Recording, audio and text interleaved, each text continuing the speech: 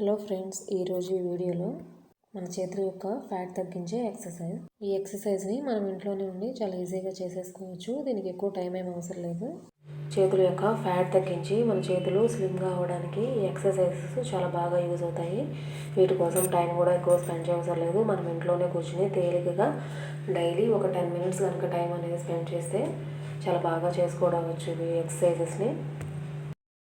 ఇప్పుడు హ్యాండ్స్కి వార్మప్ చేసుకోవాలి. ఎక్సర్సైజ్ హ్యాండ్ వార్మప్ అయింది కదా, ఇప్పుడు నెక్స్ట్ షోల్డర్ వార్మప్ చేసుకోవాలి. షోల్డర్ని clockwise and anticlockwise డైరెక్షన్లో వార్మప్ చేసుకోవాలి.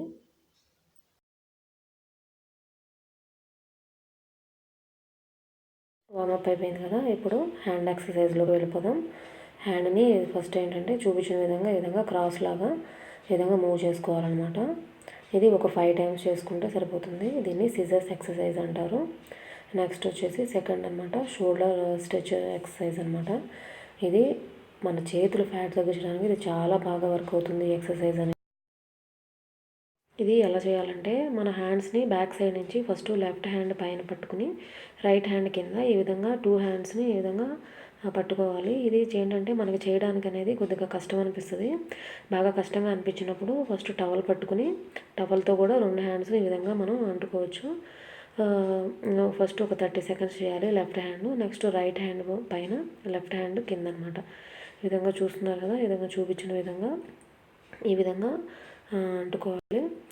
ఇది కూడా అంతే, మీరు టవల్ యూజ్ చేసుకుంటే ఫస్ట్లో చాలా తేలిగ్గా అనిపిస్తుంది. తర్వాత పోను మనకి టవల్ లేకుండా కూడా ఈజీగా చేసేయచ్చు. ఇది పర్ డే ఒక 5 మినిట్స్ కనుక చేస్తే హ్యాండ్స్ యొక్క ఫ్యాట్ తగ్గించడానికి చాలా బాగా యూజ్ అవుతుంది ఈ ఎక్సర్సైజ్ అనేది.